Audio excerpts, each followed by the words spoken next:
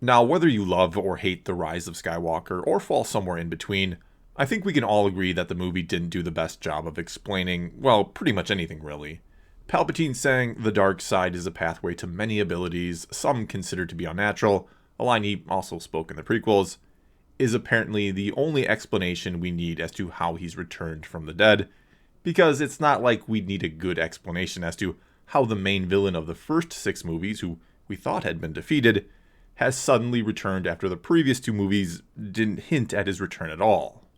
Anyway, with so many questions left over, I was looking forward to the novelization, to getting some answers, to see if this story could kind of be salvaged after the fact.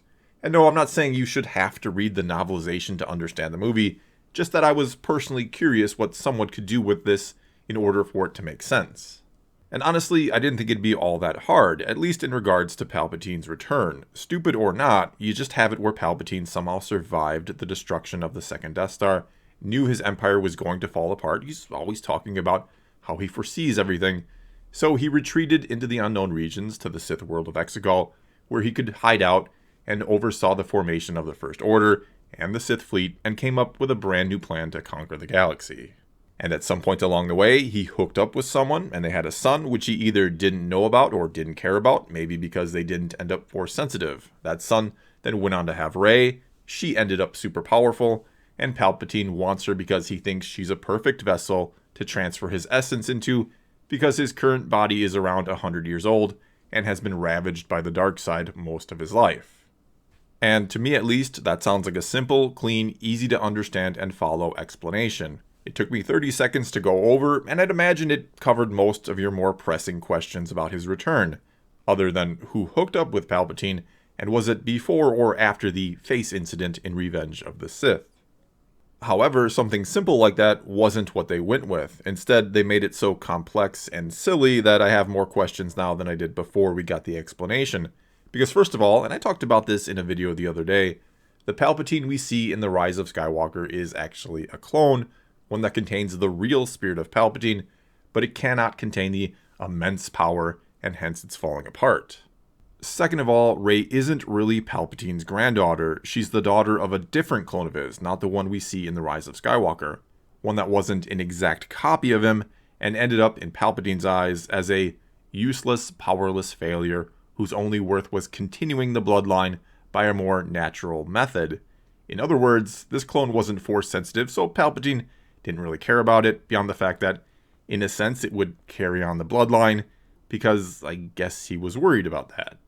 Either way, calling this clone a son is a huge stretch, because it's not even like Jango and Boba Fett, where Jango actually raised him for many years, and in a sense, could certainly be considered the boy's father, even though, technically, he was a completely unaltered clone of him, not his child.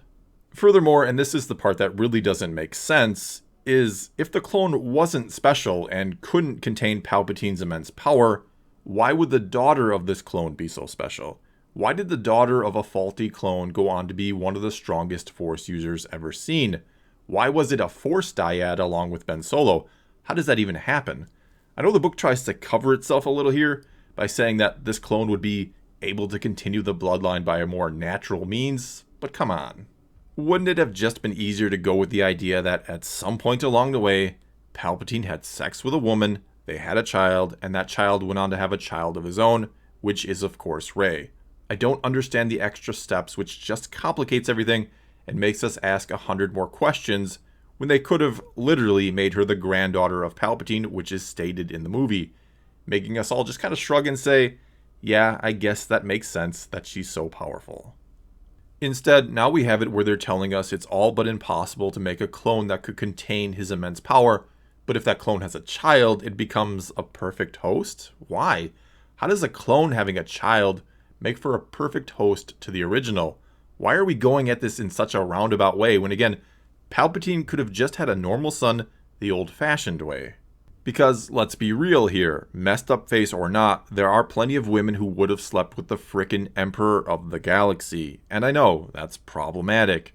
We can't in any way show or imply a man is taking advantage of his position of power to sleep with women, especially in Star Wars of all places.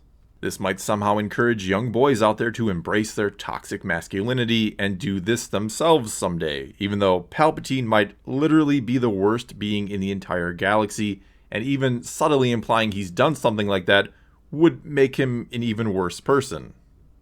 Or hell, there's also a chance, or they could have gone with the idea, that some woman out there really and truly loved him at some point, and maybe he cared about her too to some degree, and I know this is already sounding way too much like Anakin's story.